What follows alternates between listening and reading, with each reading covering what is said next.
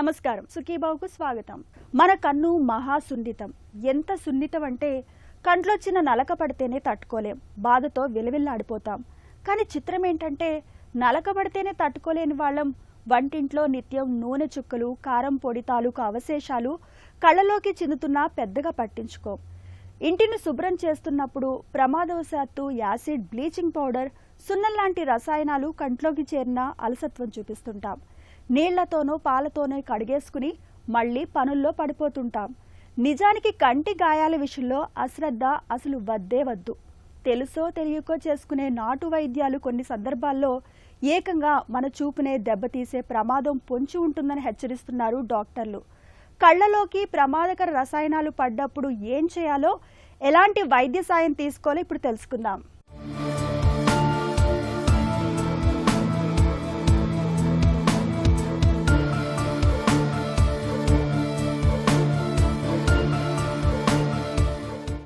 మన కన్ను కోటి వెలుగుల జిలుగుల్ని గుండెలో నింపే ఒక అపురూపమైన వరప్రసాదం. సర్వేంద్రియాణం నయనం ప్రధానం అన్నారు మన పెద్దలు. నల్లని మబ్బుల్లోంచి వచ్చే తెల్లని మెరుపును చూసినా, కన్నతల్లి ముఖంలో కురిసే అమృతపు నవ్వును చూసినా ఆ అనుభూతిని గుండెకు చేర్చేది కళ్ళే.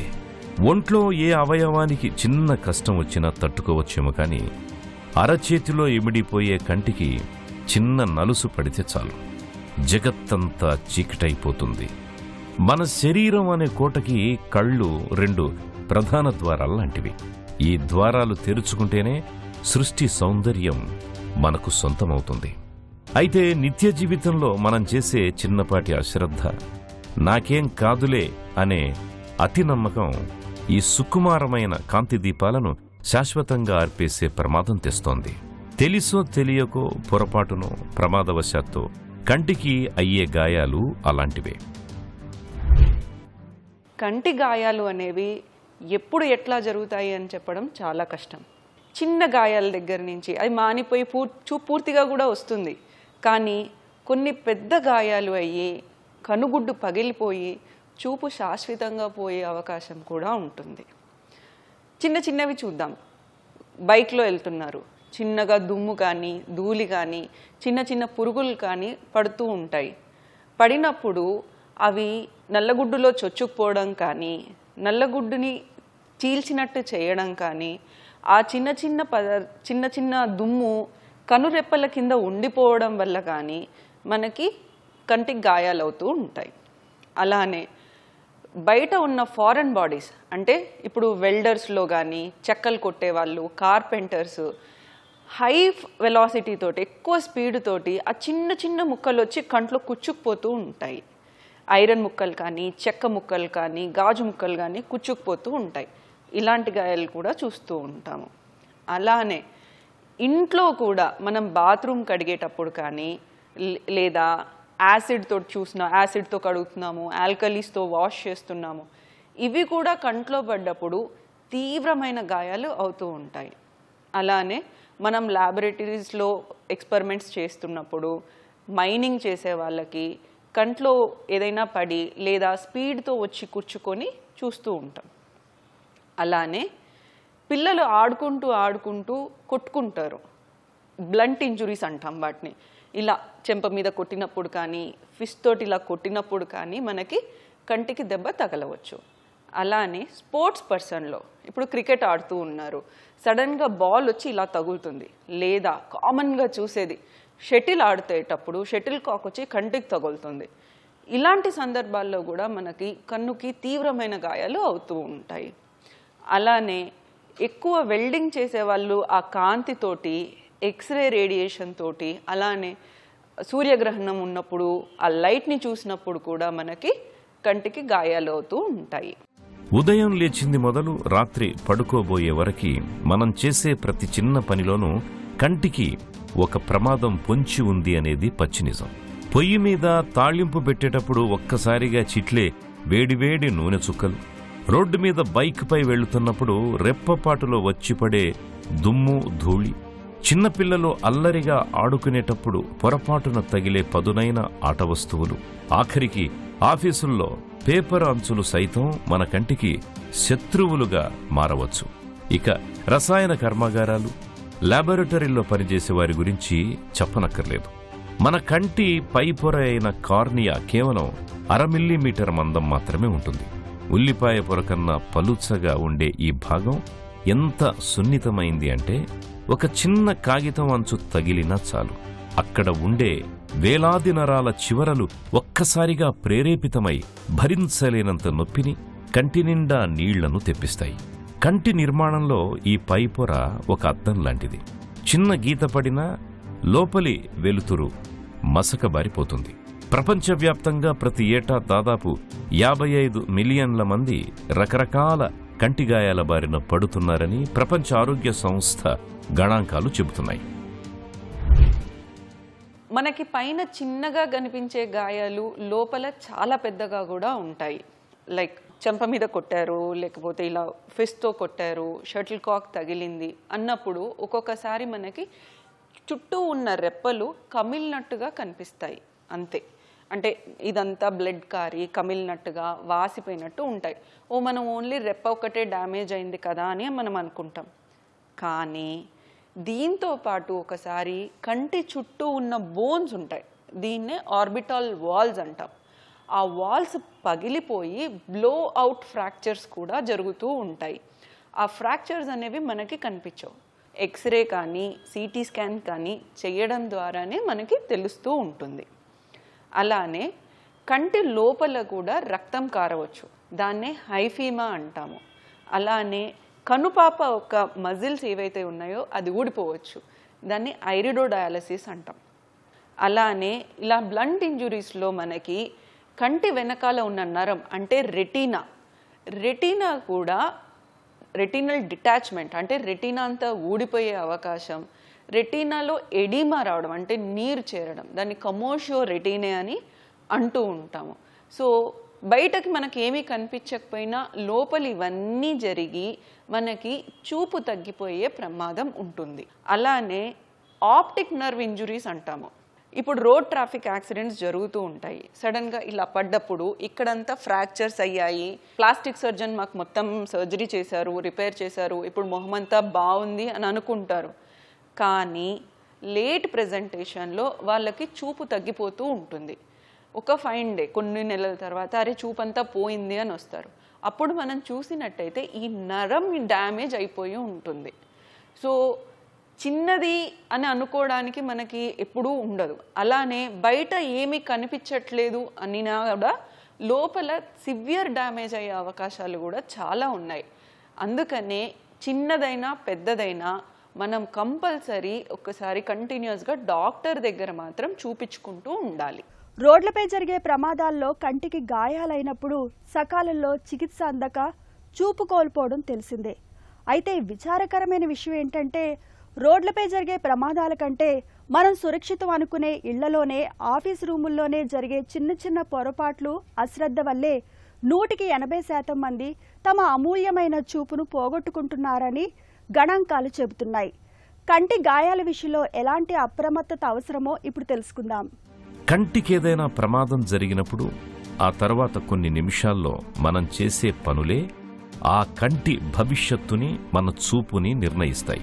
కంట్లో నలుసు పడ్డప్పుడు, రసాయనాలు పడ్డప్పుడు మనలో చాలామంది కంగారులో చేసే మొదటి తప్పు కళ్లను గట్టిగా నలపడం లేదా రుద్దడం.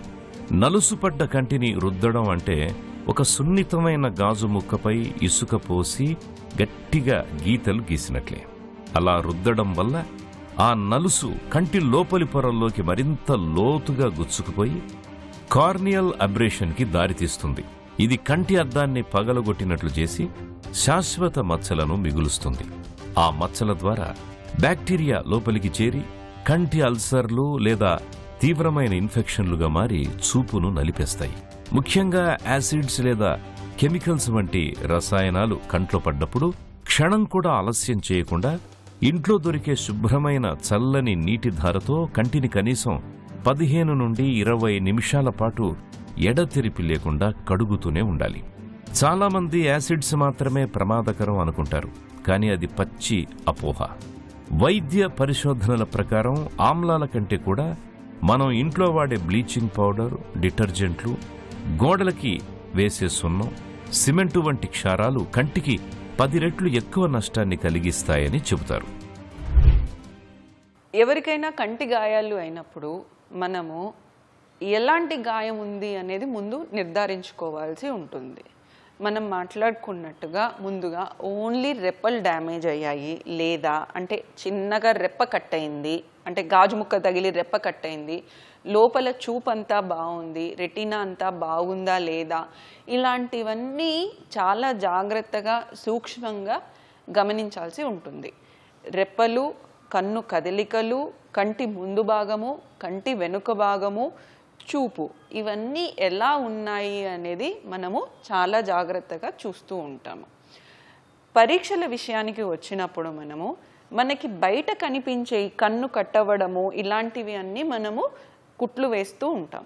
కానీ ఏవైతే బ్లోఅవుట్ ఫ్రాక్చర్స్ అంటే కంటి కదలికల్లో ఇబ్బంది సస్పెక్ట్ చేసినప్పుడు మనము కంపల్సరీ సిటీ స్కాన్ కానీ ఎక్స్రే స్కాన్ కానీ చేస్తూ ఉంటాము.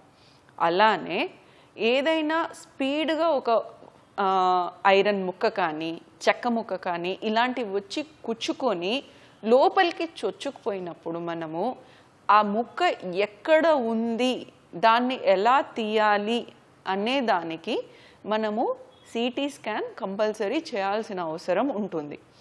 దాన్ని బేస్ చేసుకొనే మనము అది ఏ భాగంలో ఉంది, ఎంత లోపల చొచ్చుకునింది, ఎలా తీయాలి, సర్జరీ ఎట్లా ప్లాన్ చేసుకోవాలి అనే దానికి ఒక క్లారిటీ వస్తుంది.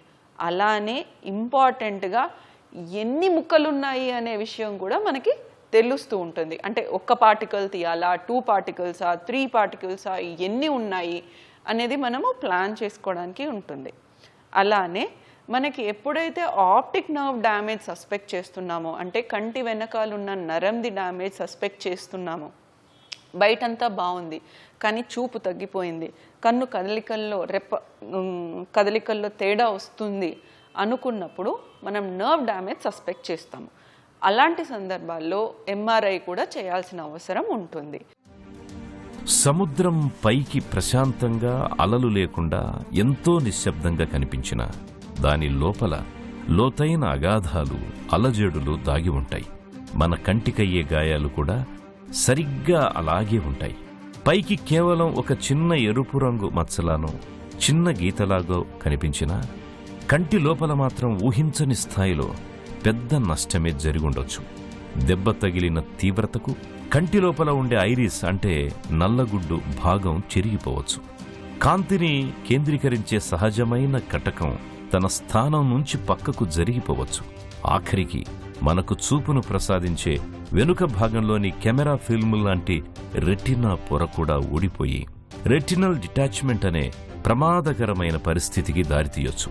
ఒక్కోసారి కంటి లోపలి రక్తనాళాలు పగిలిపోయి కనుగుడ్డు లోపల రక్తం కొలనులా నిలిచిపోతుంటుంది. ఇది కంటి లోపలి ఒత్తిడిని ఒక్కసారిగా పెంచేసి గ్లకోమాను తెచ్చిపెడుతుంది.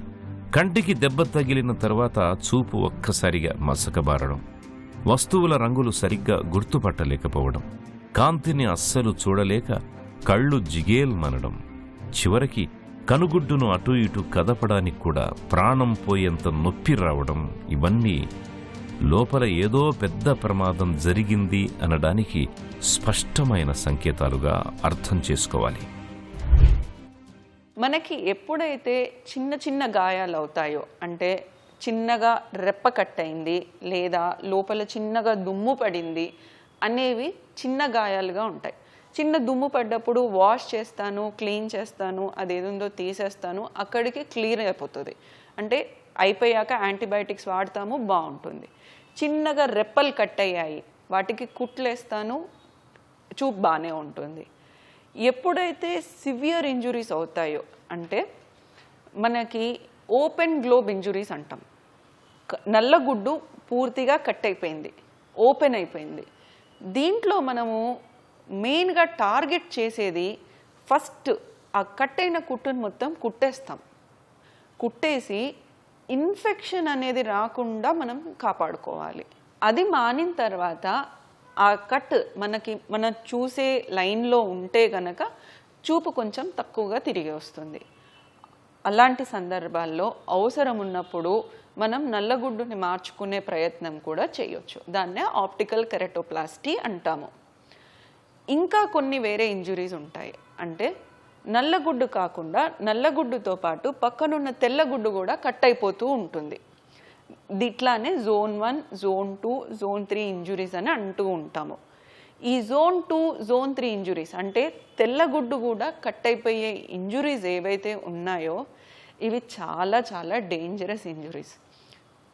వీటిలో మనము పేషెంట్కి ఎప్పుడూ కూడా విజన్ గురించి గ్యారంటీ కానీ ఎలా ఉంటుంది అని కూడా చెప్పాం. మన మెయిన్ టార్గెట్ ఎప్పుడైనా సరే షేప్ కాపాడుకొని ఇన్ఫెక్షన్ రాకుండా చూసుకోవడమే మేజర్ టార్గెట్గా ఉంటుంది.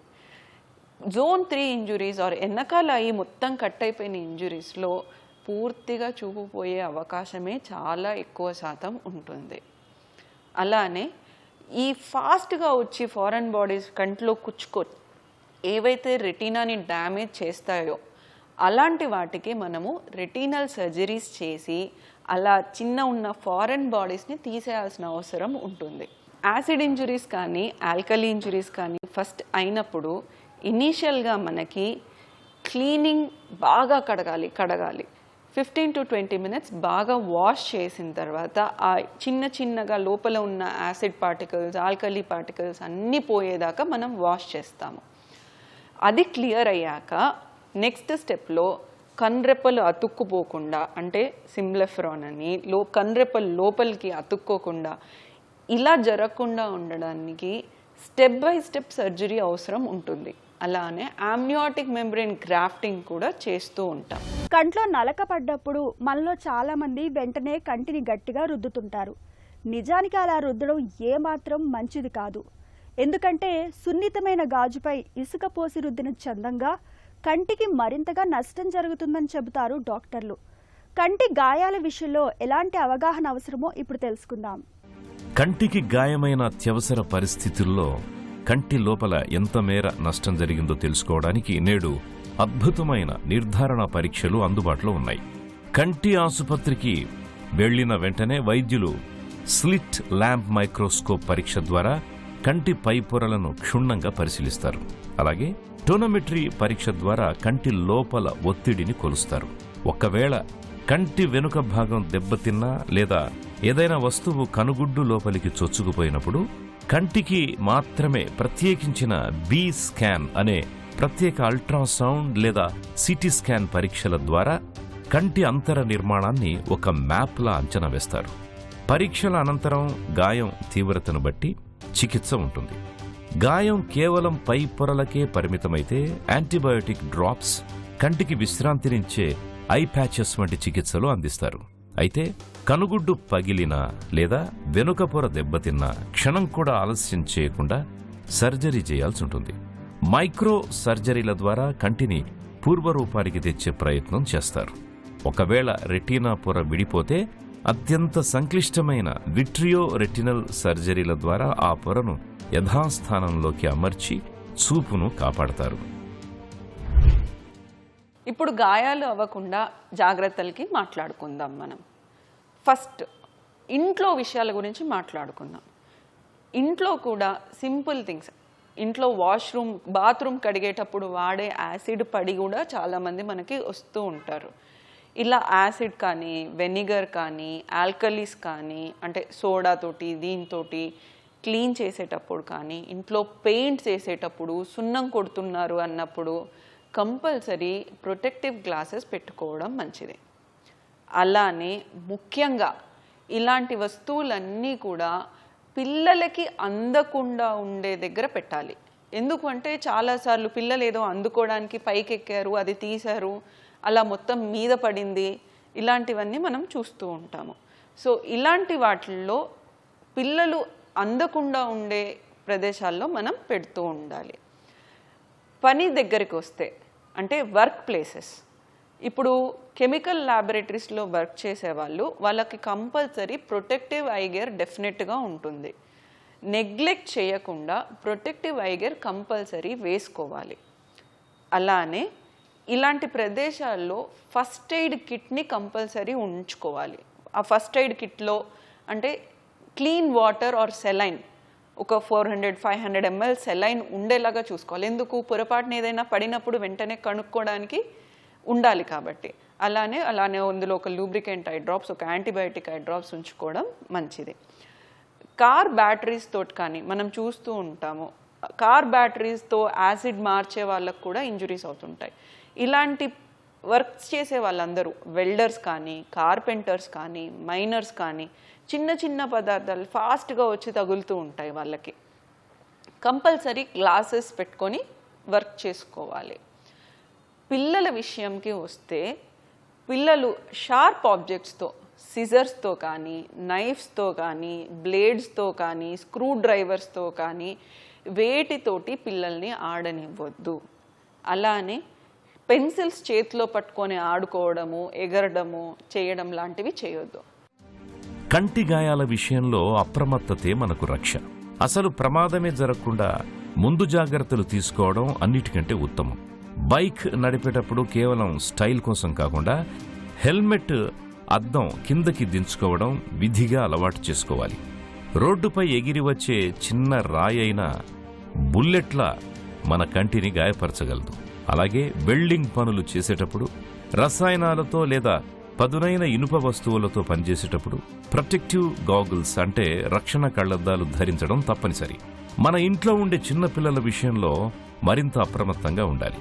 వారికి పదునైన అంచులు ఉండే ఆట వస్తువులు అంటే విల్లు బాణాలు, లేజర్ లైట్స్, అలాగే పండగలకు కాల్చే బాణాసంచ వంటి వాటిని పూర్తిగా దూరంగా ఉంచాలి. కంటికి రెప్ప ఎలాగో మన జాగ్రత్తే మన చూపుకి రక్షణ కవచం కావాలి. కంటి విషయంలో అలసత్వం వద్దు, నిర్లక్ష్యం అసలే వద్దు.